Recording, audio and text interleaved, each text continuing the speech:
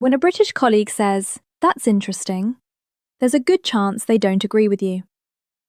And if you miss that, you can completely misread the meeting. Because in British workplaces, what people say and what they mean are often not the same. Let me show you how this actually works. In many British professional environments, communication is indirect. That does not mean unclear thinking. It means the message is softened. So instead of hearing yes or no, you often hear, "That's interesting." Or "We might want to think about that." Or "Let's come back to that."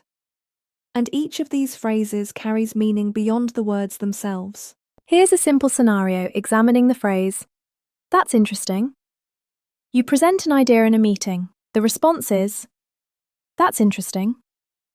On the surface, this sounds positive, but in many cases it is neutral or even slightly negative. It often means, "I'm not convinced," or "I don't agree, but I'm not going to say that directly."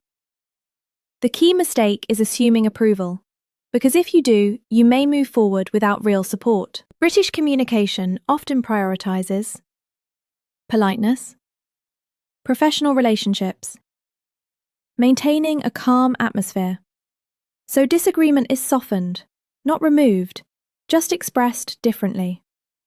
This works well internally, but it can create confusion for international professionals. Here's another scenario. You suggest a new direction. Someone responds, "We might want to think about that a bit more." This sounds cautious, even optimistic, but the meaning is often stronger. It can mean, "We are not ready to agree. There are concerns. This is not convincing yet." Again, the language is soft, but the signal is clear once you recognize it. If you interpret these phrases literally, several problems develop. You assume agreement when there isn't any. You move forward too quickly. You fail to address concerns. Over time, people may feel you are not fully reading the situation, and that can affect how you are perceived professionally. You present a proposal. The response is, "I'm not sure that's the right direction." This is actually quite direct in British terms, but still softened. The real meaning is often, "I don't think we should do this." Understanding that allows you to respond properly. Scenario 4. "Let's take this offline." This is a very common phrase. It sounds practical, but it often means, "This discussion is not going anywhere right now. Let's not continue this in this meeting." Or sometimes, "This is not something we want to pursue." Again, context matters, but the phrase is rarely just about logistics. Scenario 5. Not bad. This is a particularly British phrase. If something is described as not bad, it can actually mean quite good. But it can also mean acceptable but not impressive.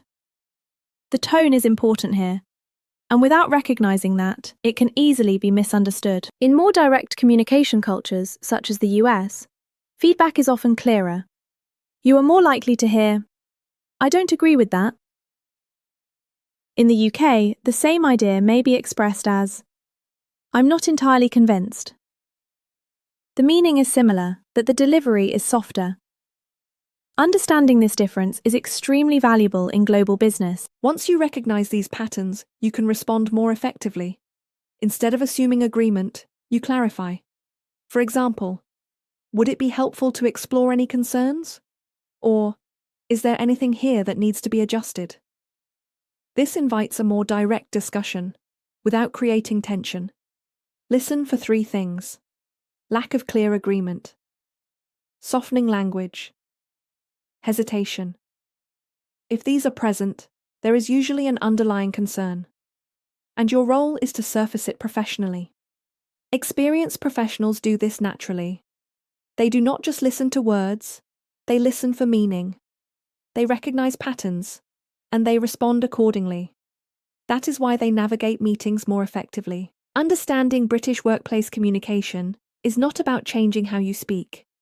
It is about improving how you interpret what you hear.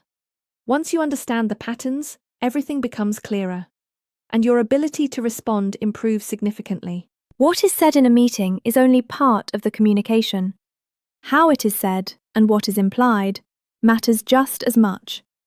And once you recognize that, you move from participating in meetings to understanding them properly.